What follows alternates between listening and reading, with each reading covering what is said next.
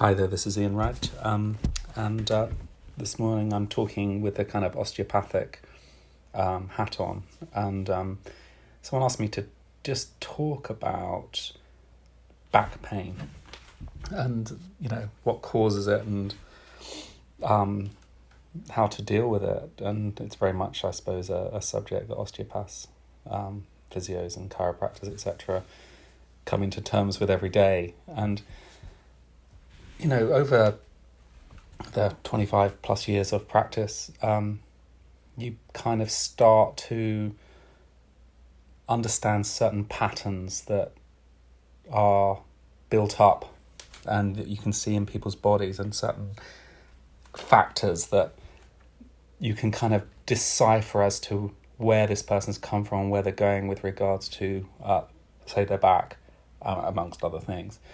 But it's a complex thing, and I'm just going to give you a quick kind of introduction, really. I mean, I could talk all day about this, but we'll try and keep it short. The point is what part of the back we're talking about? We'll just talk generally about the whole back, which is from the neck down to the base of the spine. But you get symptoms in the base of the spine, and it can be from the pelvic joints, the sacroiliac joints. It can be linked to the hip dysfunction. Back issues can be connected with function of the ribs and the attachments, the ligamentous articular attachments of the ribs to the spine. Everything, though, is interconnected, and that's the really most important thing. So you've got the bones, and you've got the joints where the bones connect with each other. Those have capsules, linings. They have small ligaments which hold those in place. They also are surrounded by groups of muscles. They have nerves, they have blood supply.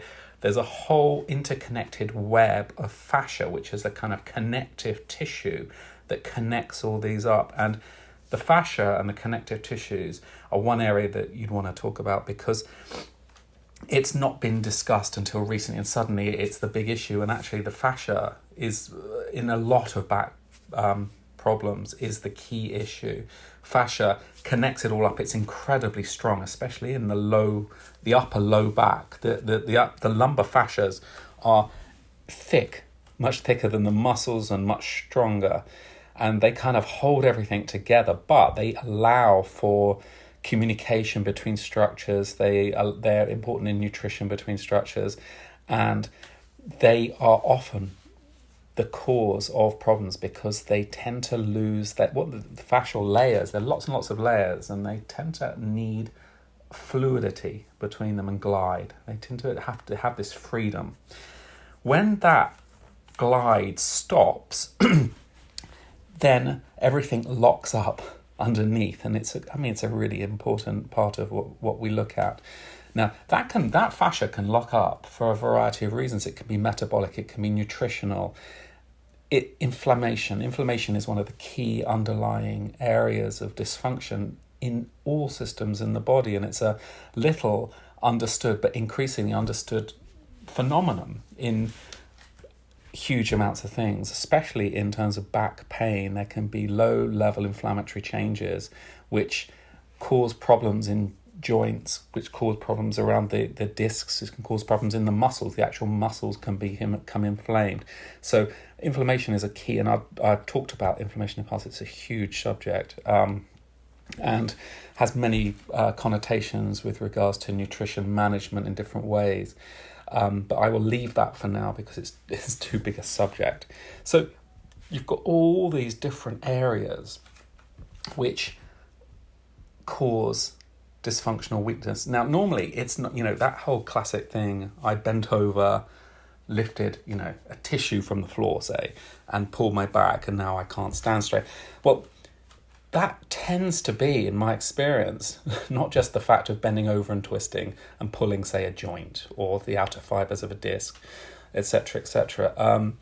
It tends to be a build-up of things, with all of us, and I know this from personal experience. If you're tired, the body tends to start complaining, doesn't it? When we're under stress, when we're under a prolonged stress or prolonged pressure where we're not getting enough sleep, we're overdoing it. Our immune systems are somewhat compromised. There is an general increase in inflammatory changes in the body.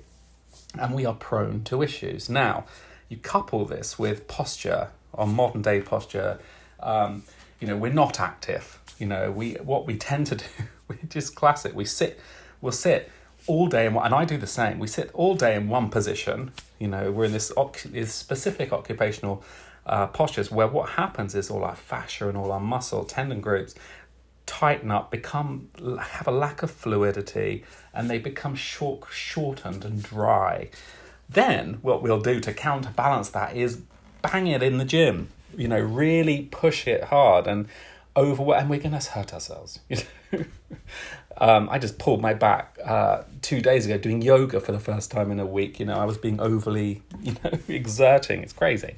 So the point is we go between these different poles. Sometimes we don't do exercise at all, but often we go from being completely rigid to being super active and really pushing it. Now we need to find a balance point where we're not so stuck in one posture all day. We get up and move around, we're doing things, we're physically a little bit more active throughout the day, and we won't need to push it so hard, say in the gym or whatever. And we find a little bit of because we're looking at fluidity and the ability of the body to adapt. There are structural midline changes. Say there's a scoliosis, which is a lateral curve of the spine. Say the pelvis is misaligned, which is a lot of things we're looking at in practice. The pelvis is twisted, the sacroiliac joint is not functioning, one of them, and that puts strain and puts a rotational force, say, in the spine and puts some strain on the disc, say, classic kind of story. But actually, someone who's fit and healthy can walk around very well with a twisted spine and rotation through, et cetera, because their inflammation levels are low, their stress levels are low, et cetera. So we have to look at this as a multifactorial thing, except when it gets to beyond a level. Say, for example, you've got a prolapsed disc, a quite severely prolapsed disc, which is pinching on a nerve very clearly, and you're in trouble because the nerve is, there's muscle weakness in the leg, et cetera. That's a very clear situation where it may or may not have gone beyond the pale of, you're heading towards surgery possibly. I mean, some of these we can change, but some of them actually, they have to head for surgery. You always have a go, give them a couple of goes and see if we can improve them, because actually the interesting thing about discs is discs are a fundamental memory of one of the original midline structures in the body called the notochord, and it's like a fundamental memory of our primitive midline. And by restoring the body back to its midline, it can be extremely helpful in the healing of disc problems, etc., if they can be healed. There's a point by which they've gone too far and they need surgery, but there's a point up to that point where there is scope, let's just say that.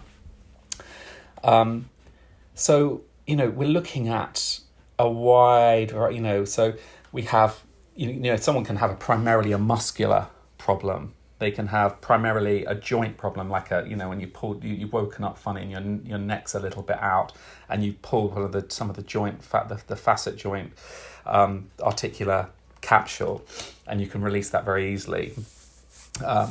Or if you twisted over and bent and you're offline. When you tend to go offline, you're protecting the midline, which means the disc is involved. Now, sometimes it can be the outer fibers, the annular fibers, or it can be something a little bit more deep. But if we tend to be off alignment, we're tending to protect the midline, which tends to be a disc problem. So there are certain stories and certain pictures, clinical pictures that you look at and practice that will give you indications as to what's going on, the general state of inflammation, etc.